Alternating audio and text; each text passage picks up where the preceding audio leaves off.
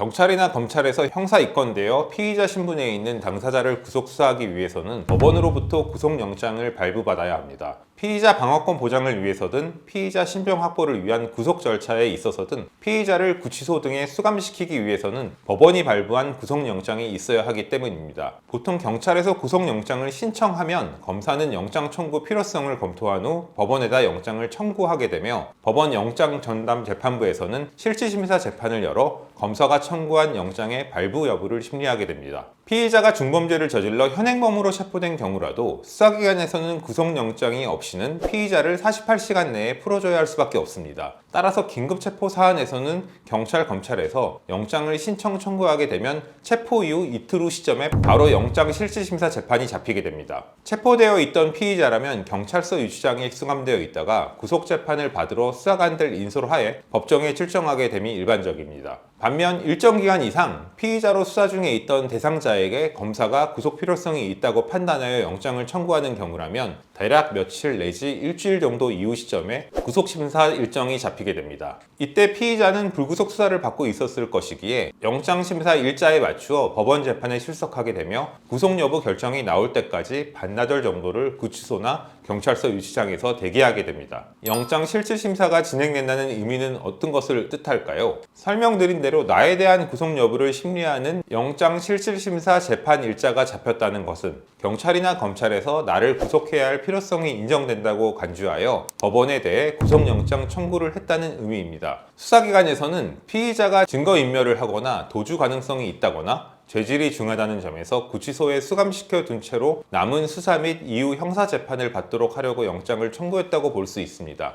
당연하겠으나 영장 실질심사 일정이 잡힌 피의 당사자라면 재판 당일까지 본인에게 구속 사유가 없음을 소명할 수 있는 자료들을 모아서 심리 당일에 제출하든 법정에서 구두 진술로든 구속 필요성이 없어 불구속 수사가 필요하다는 사정을 최대한 주장해야 합니다. 그렇다면 영장 실질심사 잘 받는 방법이 있을까요? 방어하는 방법 3가지 정도에 대해 알아보겠습니다. 영장 실질심사는 각 법원의 영장 전담 판사님이 심리를 주최하며 피의자 본인은 변호인과 함께 출석해 본인에게 구속 사유가 없음을 항변할 수 있는 기회를 받게 됩니다. 물론 사선 변호인을 선임하지 않은 경우라면 구속재판 당일에 국선 변호인과 면담한 후 조력을 받을 수도 있습니다. 영장 실질심사를 잘 받는다는 의미는 구속 사유가 없다는 점을 소명해 구속영장이 기각되는 결과를 이끌어내는 것이라 볼 수 있습니다. 구속영장 청구에 대해 최대한 방어하기 위해서는 우선 영장 실질심사 당일에 나에 대한 구속 필요성이 없다는 점을 소명하고, 두 번째로는 수사기관에서 청구한 구속영장 기재 내용의 오류나 부당성에 관해 재판장님이 수긍할 수 있도록 논리적인 의견을 진술해야 함과 동시에 가능한 사선 변호인을 선임해 구속재판 이전부터 면밀한 대처를 해야 합니다. 여기서 구속 필요성이 없다는 점에 대한 소명이라 함은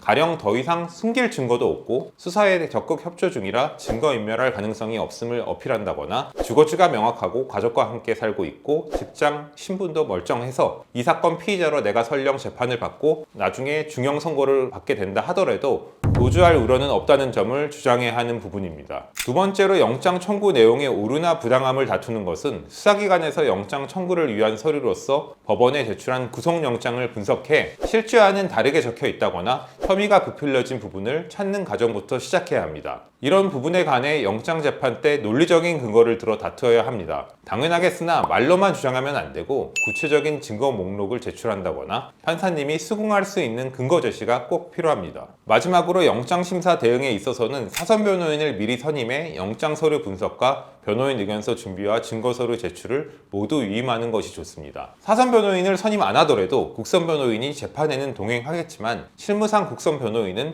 영장 재판 시작 전 대략 30분 전에 처음 만나게 되며 간단히 구두 설명만 하고 재판에 동석한다는 점에서 유의미한 조력을 받기는 다소 어려울 가능성이 높습니다. 그렇다면 영장 실질심사 연기 신청도 가능할까요? 원칙적으로는 검사실이나 법원 재판부에다가 연기가 필요한 구체적인 사유서를 제출하고 허가를 받는다면 영장 심사가 연기될 수도 있습니다. 다만 현실적으로는 피의자의 건강 상태가 극도로 안 좋다거나 중병에 걸렸다거나 아예 재판 출석이 불가능할 수준이 아니라면 연기 신청은 불허될 가능성이 높습니다. 체포 구속 절차 및 구속영장 청구에 대해 개인적인 사유를 들어 연기 신청을 받아줄 리는 없으며 이는 긴급 체포 체포된 피의자의 경우에는 더욱 그러할 수밖에 없습니다. 반면 불구속 상태에서 조사를 받던 피의자에 대한 영장 청구 사건에 있어서는 검사실이나 법원에서 영장 심사 일자를 사전에 조율하여 유연하게 날짜를 잡아줄 여지도 있습니다. 영장 실질 심사 결과는 언제 받아볼 수 있을까요? 영장 실질 심사 재판은 각 법원 일정에 따라 다르겠으나 평일이나 주말을 불문하고 오전 10시경 또는 오후 2시경에 열리게 됩니다. 당일 영장 심사를 받는 다른 피의자들이 많다면 본인 순서가 몇 번째인지에 따라 대기실에서 한두 시간 정도 대기를 하게 될 수도 있습니다. 영장 실질심사 결과는 그 재판이 마칠 때 바로 나오는 것은 아니며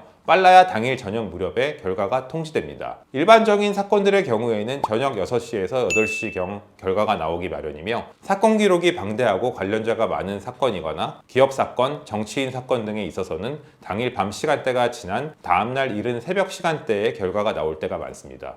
구속영장 청구 문제로 영장 실질심사 일정이 잡혔다면 법무법인 은우에 상의하시기 바랍니다.